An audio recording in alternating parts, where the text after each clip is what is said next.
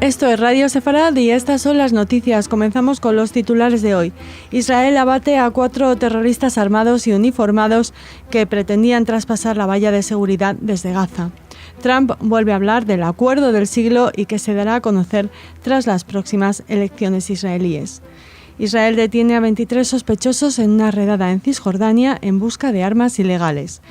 Y Reino Unido libera al carguero iraní y envía nuevos barcos al estrecho de Hormuz a pesar de la petición de detención de Estados Unidos. Estos son los titulares de unas noticias que comenta Jorge Rosenblum. Hola, Jorge. ¿Qué tal, Raquel? Después, como saben, pasaremos a la agenda cultural. Comenzamos. El portavoz de Hamás, que controla la Franja de Gaza, condenó a Israel por haber abatido a 4 terroristas durante un intento de infiltración transfronterizo, a los que calificó de jóvenes rebeldes, y siguió lo que es un reflejo de su comportamiento brutal contra nuestro pueblo y la monstruosidad de sus crímenes. También el grupo terrorista Yihad Islámica Palestina afirmó que Israel atacó a un grupo de jóvenes iracundos y responsabilizó al Estado judío por sus aberrantes crímenes contra nuestro pueblo. El domingo se procedió al entierro de 3 de los abatidos, envueltos respectivamente en banderas de Hamás, Yihad Islámica y Fatah. Todos los palestinos abatidos vestían uniformes militares en el momento de intentar traspasar la valla fronteriza. El incidente tuvo lugar después de que se lanzaran desde Gaza 3 cohetes contra las comunidades del sur israelí, 2 de ellos interceptados por la batería antimisiles Cúpula de Hierro, mientras que el tercero estalló en un espacio abierto. Restos de los misiles interceptados cayeron en viviendas de la ciudad de Sderot, provocando daños materiales.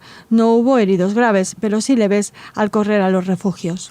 Bueno, este fin de semana fue agitado, hubo lanzamiento de misiles, hubo alarmas en la zona de Sderot, hubo respuesta de la aviación israelí, y entonces lo que el portavoz de Hamás llama jóvenes rebeldes intentaron infiltrarse en territorio israelí. Ahora, estos jóvenes rebeldes a mí me suena una frase tipo James Dean, ¿no?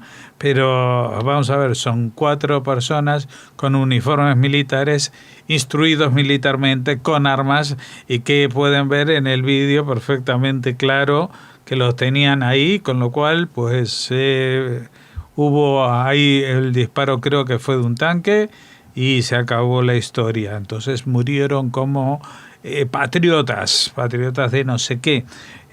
Yihad Islámica, para no repetir la palabra jóvenes rebeldes, lo llama jóvenes iracundos, pero nos sitúa más o menos en lo mismo, en los años 60, ¿no? Es decir, como que rebeldes sin causa, o como si aquello fuera parte de la juventud que no tiene otra salida porque el futuro y no sé qué, y que esto que lo otro. No, señores, aquí están bombardeando a población civil, hay una guerra entre grupos terroristas que dominan con mano de hierro la franja, y que no va a permitir el Estado de Israel que ninguno se meta en su territorio armado y con intenciones de matar gente.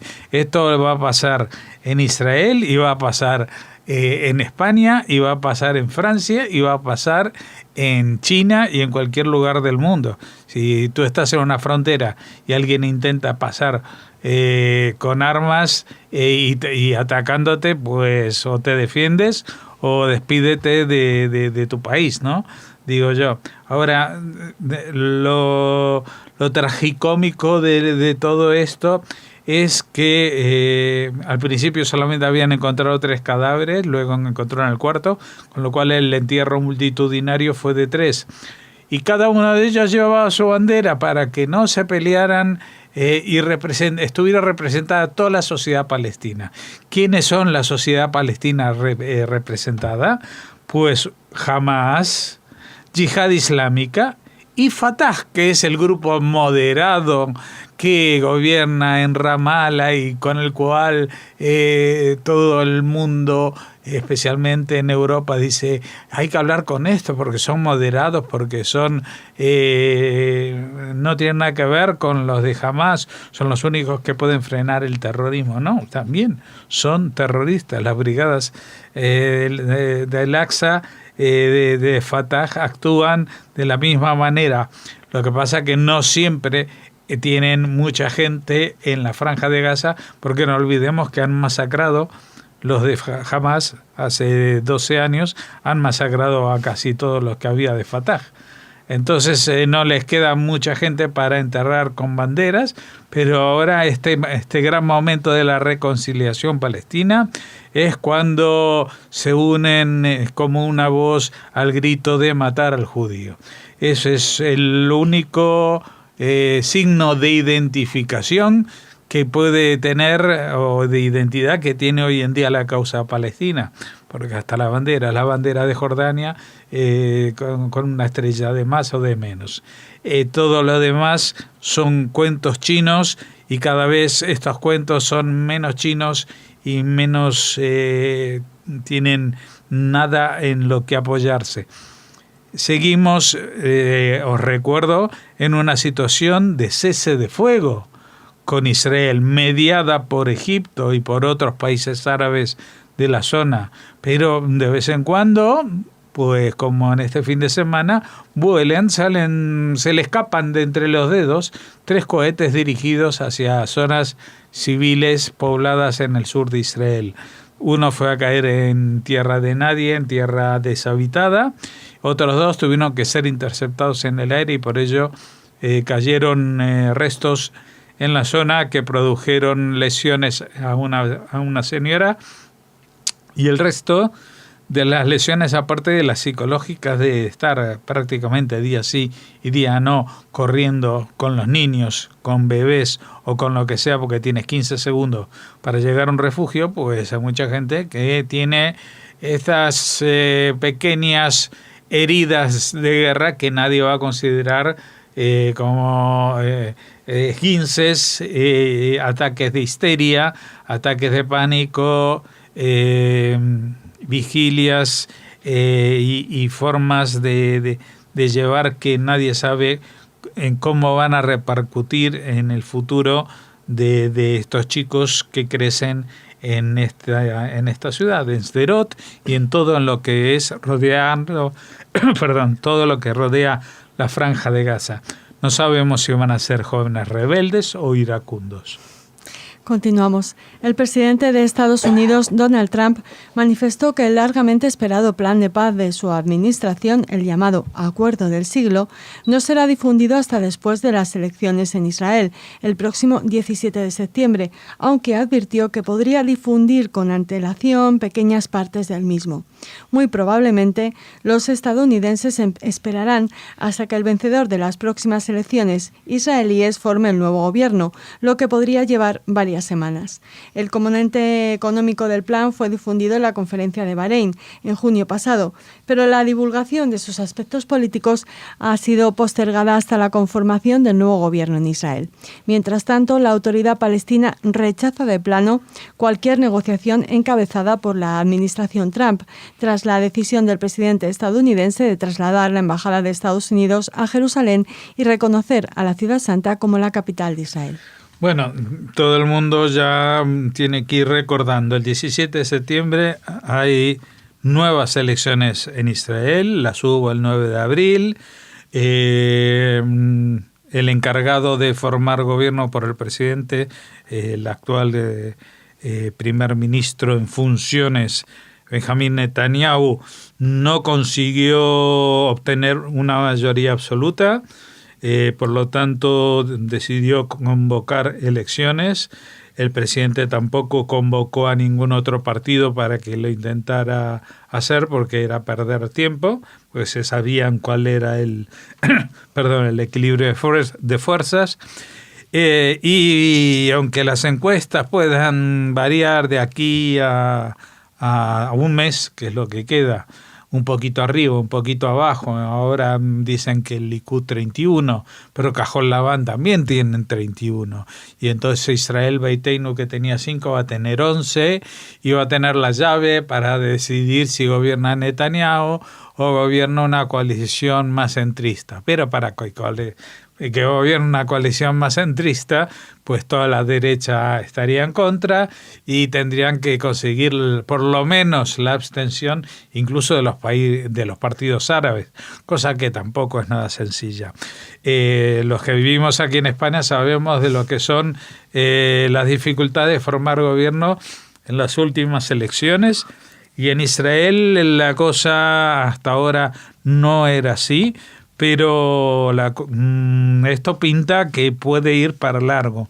Si no hay una retirada, como parece que no va a haber de Netanyahu del proceso electoral, que es lo que frena de alguna manera, la coalición centro-derechista entre Likud y Cajol Laván, pues el 17 de septiembre hay elecciones y va a tardar 1 o 2 meses, van a hacer esfuerzos y no va a salir gobierno.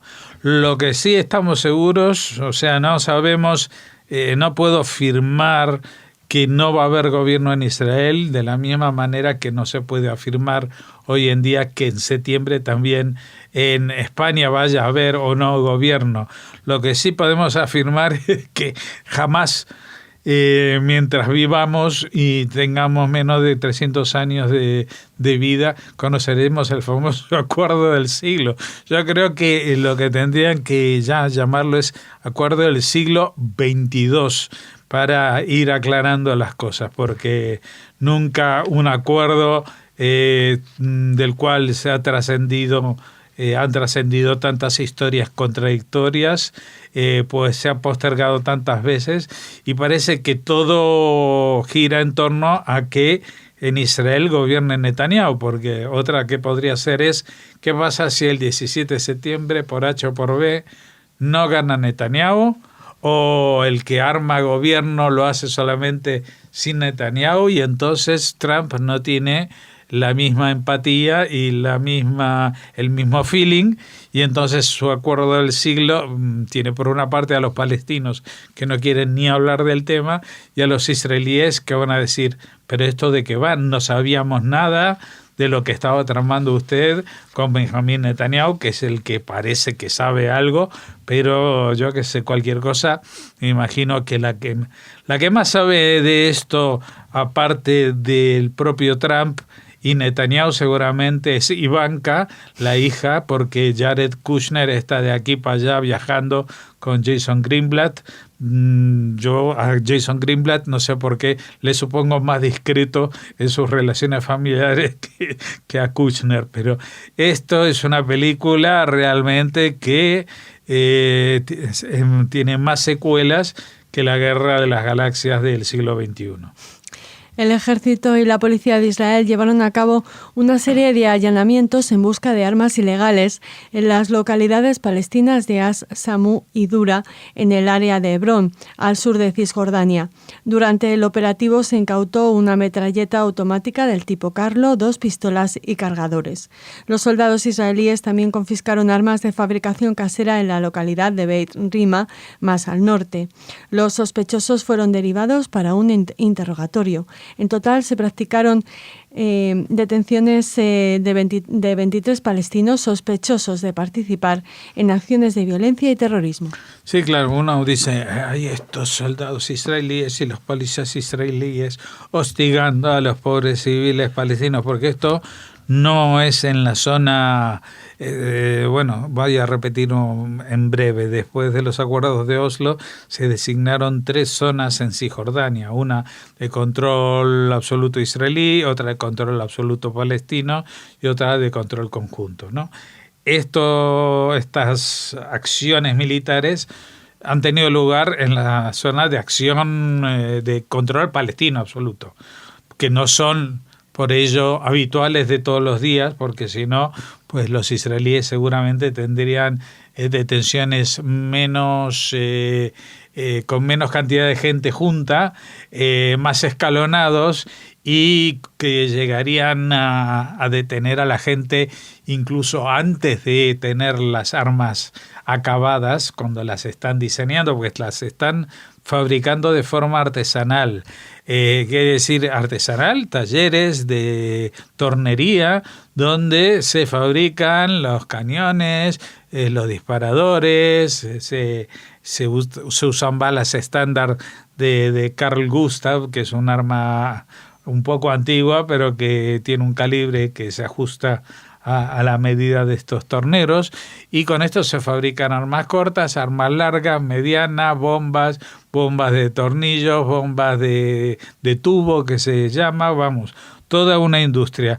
Creo que es más del 60% de la población palestina recibe sueldo como funcionario de la autoridad palestina, pues el resto del 40% se dedican seguramente a este tipo de chapuzas que son fabricar armas, o algunos que harán horas extras. Lo que sí está claro es que la intención terrorista de matar judíos en Cisjordania, otra vez no estamos hablando de la Franja de Gaza, sino en Cisjordania, en la Cisjordania bajo control de las fuerzas moderadas de Abbas, desde Ramallah, con la visita de todos los diputados, congresistas, senadores de todo el mundo y todo eso a la vista, pues sigue siendo una organización que está funcionando para promover el terrorismo. Y si alguien consigue hacerlo, pues ya sabe, tiene un buen seguro, mejor que en cualquier otro país, por haber sido incluso un político, tiene asegurada para él y su familia una estancia en la cárcel con una gratificación mensual muy alta, muy elevada, que más o menos multiplica por 10 el sueldo que puede tener un palestino medio. La última noticia de esta parte del informativo nos habla de 2 buques de guerra de la Armada Británica que han hecho escala en Gibraltar para recibir apoyo logístico de rutina previamente planificado. Los 2 barcos se encuentran en medio de un despliegue operacional en el Golfo y en la región de Asia-Pacífico. Este episodio se enmarca en plena crisis diplomática del Reino Unido con Irán, que se dirime en el Estrecho de Hormuz. Además, Estados Unidos está presionando al gobierno británico y ordenó la captura e incautación por violar las sanciones contra Teherán del Grace 1, el petrolero iraní que estuvo retenido durante más de un mes en Gibraltar y que fue liberado el pasado jueves. Además de la incautación del carguero, el Tribunal Federal estadounidense que emitió la medida también solicitó la confiscación de todo el petróleo que lleva en carga, unos 2,1 millones de barriles, y de 995.000 dólares. El gobierno de Estados Unidos acusó este jueves al Grace 1 de haber violado las sanciones contra Irán al haber asistido a la Guardia Revolucionaria, considerada un grupo terrorista por Washington, en el transporte de crudo a Siria. Sí, la verdad que la cuestión está muy enrevesada. Ya sabemos, y lo hemos comentado muchas veces, porque aparte lleva tiempo, el enfrentamiento o la escalada a bajo nivel entre Irán y Estados Unidos. Pero Irán también ha metido en la ensalada al Reino Unido. O que el Reino Unido, por alguna razón, porque todavía estaba Theresa May, se ha metido solito en el ajo, porque había una orden internacional de que había determinados petroleros iraníes que había que interceptar porque llevaban su carga de petróleo al gobierno sirio, a las zonas donde operan grupos terroristas, etcétera, etcétera, etcétera. Todas cosas que no son que se las inventó Estados Unidos, sino que son sanciones de Naciones Unidas. Pero por primera vez en la historia alguien hizo caso a lo que se había decidido en Estados Unidos. Esto me recuerda al traslado de la embajada de Estados Unidos a Jerusalén. Pues lo habían decidido en Estados Unidos, el Congreso, 20 años antes. No fue Trump el que decidió, fue el que decidió obedecer lo que el Congreso lo obligaba a hacer. Bueno, pues sabemos que los británicos detuvieron ese barco, el Grace 1, que llevaba petróleo a destino Siria. habían pasado muy cerquita de la orilla de Gibraltar, porque ya sabemos los españoles lo que son aguas territoriales en la zona de Gibraltar, que es un tema muy delicado porque es cuestión de metros, pero también hay que confesar de que si hubieran pasado unos metros más allá por aguas territoriales españolas, no lo hubieran parado, no le hubieran dicho absolutamente nada, no hubiera pasado nada y todo hubiera seguido igual. Bueno, los ingleses se metieron en esa historia, los iraníes bloquearon el estrecho de Hormuz al paso de los petroleros británicos, los secuestraron, ni siquiera se esforzaron en dar razones por qué los secuestraban, como diciendo, pues si tú me lo haces a mí, yo te lo hago a ti. Han habido estos últimos días evidentemente negociaciones entre el nuevo Reino Unido de Boris Johnson con el régimen iraní. Boris Johnson no parece un tío que sea fácil negociar con él, pero de alguna manera el barco, el Grace 1, zarpó. Con destino, dice que no iba a Siria, pero no se sabe porque se fue Mediterráneo para adentro. O sea que no sé si lo va a descargar en Grecia o en Mallorca, pero hacia algún sitio iría. Y claro, los americanos confiaban que los ingleses iban a aguantar el tipo y les dice, no, ahora que han salido de vuestras aguas territoriales, orden internacional de captura contra este barco porque está violando las leyes internacionales, etcétera, etcétera. A todo esto, pues como los iraníes habían secuestrado estos dos petroleros en el estrecho de Hormuz, pues la Royal Navy, como se llamaba en una época aquella gloriosa armada, hoy consiste en unas... tengo que decirlo en sentido despectivo, pero no sé cómo hacerlo, no sé si llamarlo barcazas, pues son barcos de cuarta, son barcos que tienen un poder ofensivo similar al que puede tener cualquier país tercermundista. Y eso, no olvidemos que hace 30 años pues reventaron a todos los barcos argentinos gracias al poder naval, y siglos antes pues Inglaterra era la reina de los mares. Ahora incluso parece que les resulta difícil mantener a flote a un bote, y tienen a estas dos buques de guerra que no son demasiado potentes, y justo tienen a los dos que estaban en el estrecho de Hormuz cargando víveres y combustible en Gibraltar. Mira tú qué casualidad, salen de allí, salen de Gibraltar, el barco iraní sale de Gibraltar. ¿Qué es lo que va a recibir Boris Johnson a cambio de esto por parte de los iraníes? No lo sé, pero algo va a tener que recibir, si no estamos ante la mayor estafa del siglo. Nos vendieron que era el doble de Trump, con acento algo más british, pero incluso con un pelo parecido, y resulta que está dando el brazo a torcer absolutamente en este tema. Terminamos así esta primera parte. Les esperamos en el tiempo de la cultura.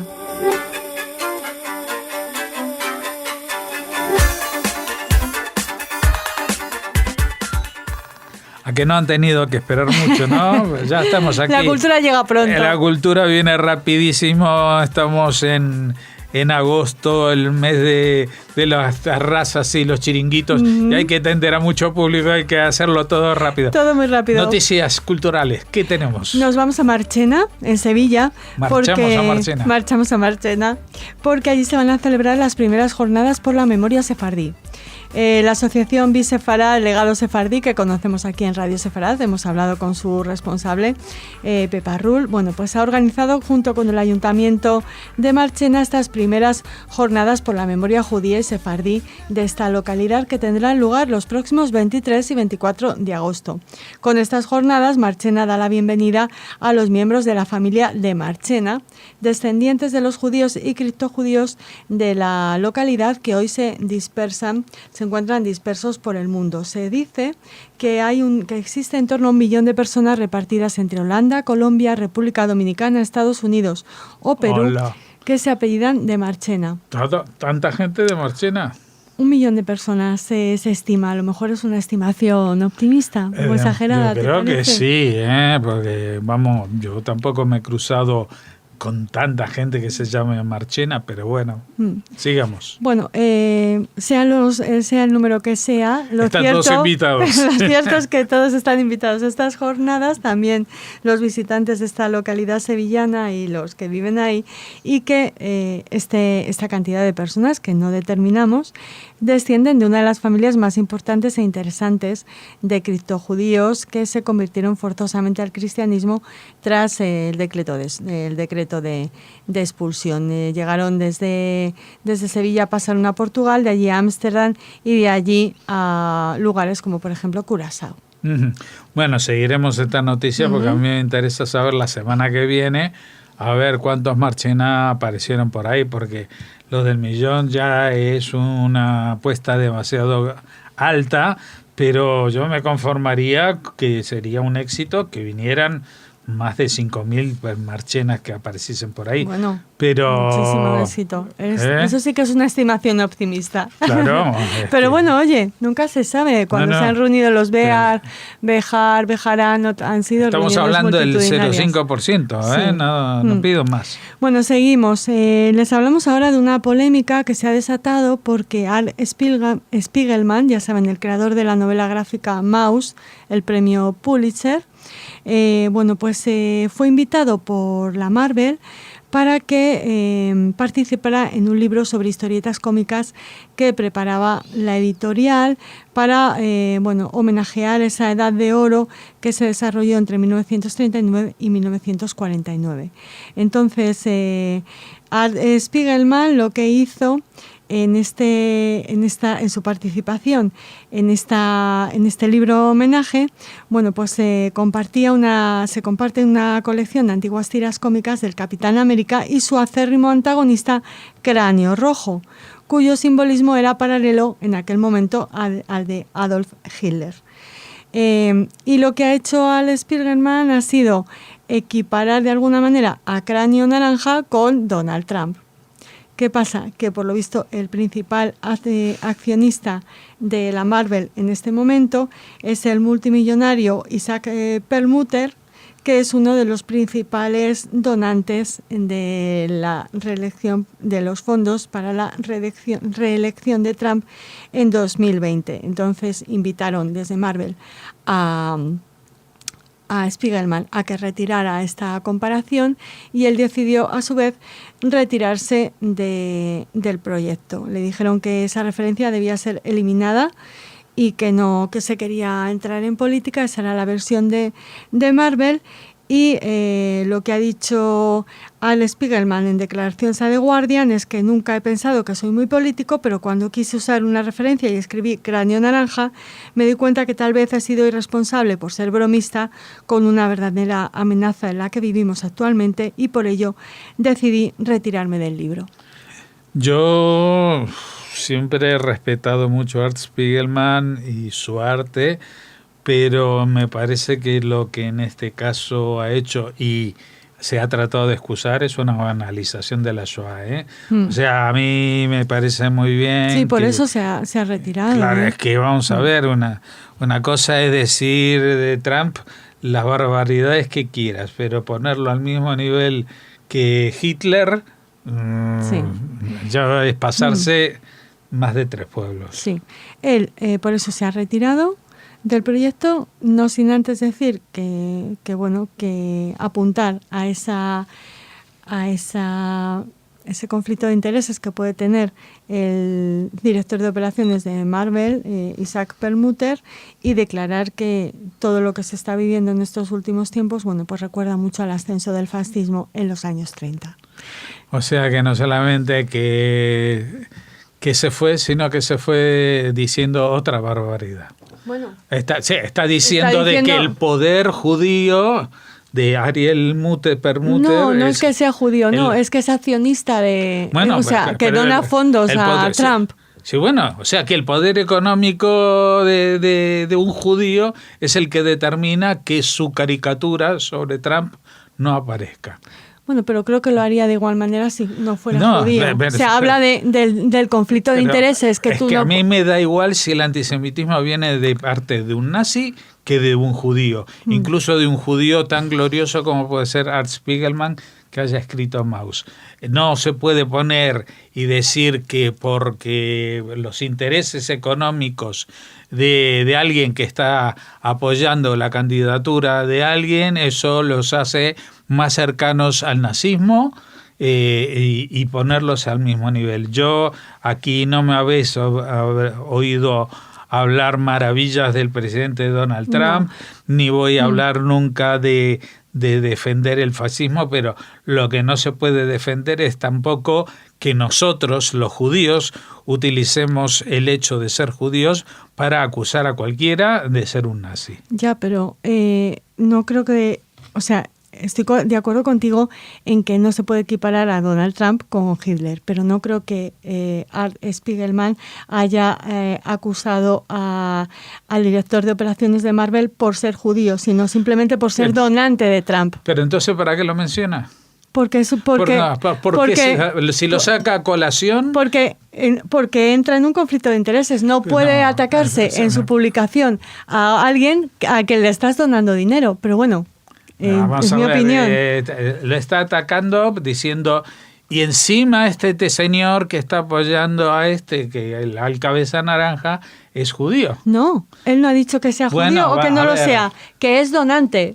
Que es donante, un judío que es donante y que tiene intereses económicos en que determinada persona que es equiparable a Hitler esté en el poder. A mí eso me parece que es antisemitismo, lo siento. Pero Jorge, es que en ningún momento Spiegelman ha cargado contra el hecho de que el director de operaciones, Isaac Perlmutter, sea judío, sino que es donante. ¿Pero por qué lo menciona? Porque es donante de Trump. Entonces entra en conflicto de intereses. Tú no puedes ser donante de alguien a quien se le ataca en tu publicación.